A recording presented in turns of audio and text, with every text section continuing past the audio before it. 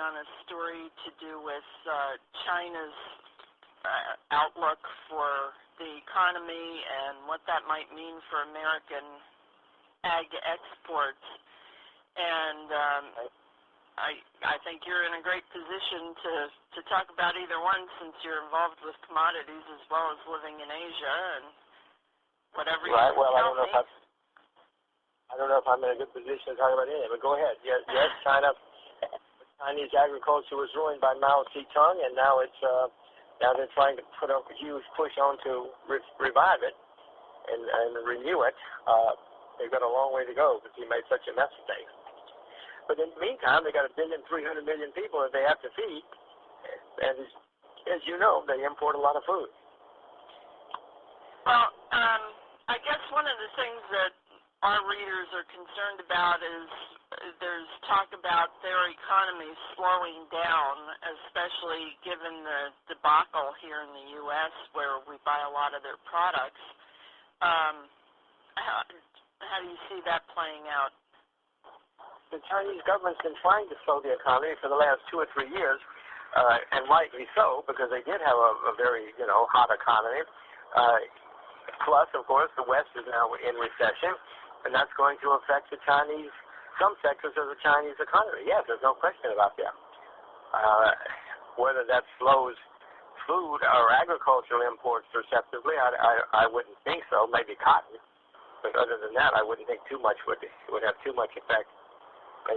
Maybe cotton, maybe. Well, that's about the only thing I can think of that would be terribly affected by the slowdown in China. But it is slowing down, yes. And why would you say maybe cotton? Well, it's because they're going to be. You don't buy as many clothes when things are slowing down, and your export markets are slowing down. If Walmart's not selling as many shirts, then Walmart's not going to buy as many shirts from China, and China's not going to buy as much cotton as they did before.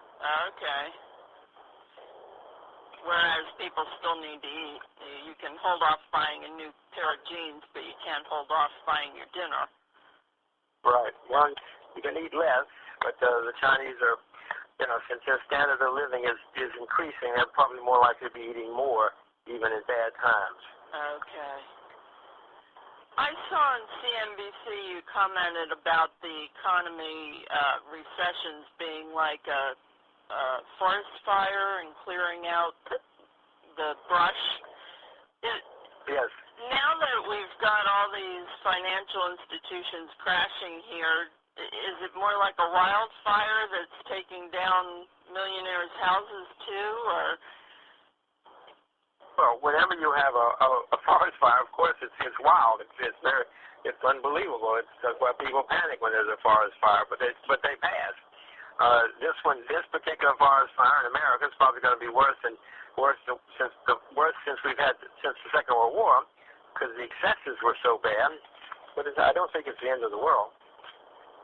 Okay. Could be this time. This could be the big one, but I don't think so. If Washington keeps making mistakes, it could turn into something really bad. Let's hope that somebody gets sane down there. I don't know. It's unlikely. I know. It's most of us kind of feel it's hopeless at this point. But, okay. Now, the other corollary question that I had was all the investment money that's in commodities and funds, is that likely to be going up or going down given what's going on with the economy? Well, usually when you have a panic and, fire sales, people sell everything. The margin clerk especially. When the margin clerk is calling, he doesn't know. He just sells what he can sell. And so, we've seen this before in financial markets, and we'll see it many times in the future, I'm sure.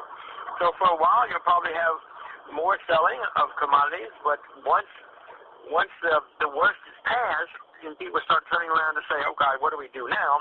I would think more money would flow back into commodities, because what they're doing now is really ruining the U.S. dollar totally, and people are going to want to have some escape or some way to preserve their wealth, and that one of the best ways is in real assets.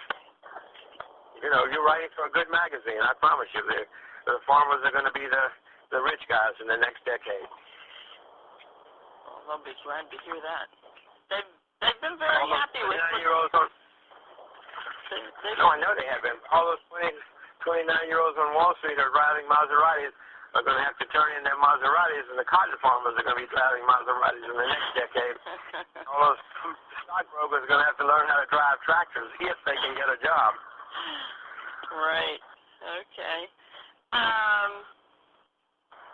And how long do you think it might be? Months, years?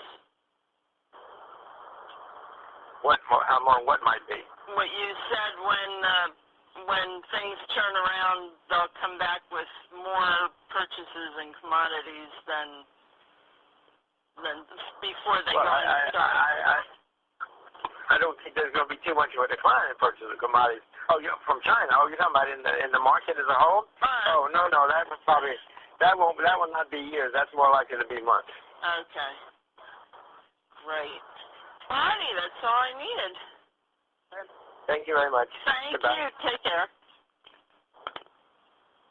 On a story to do with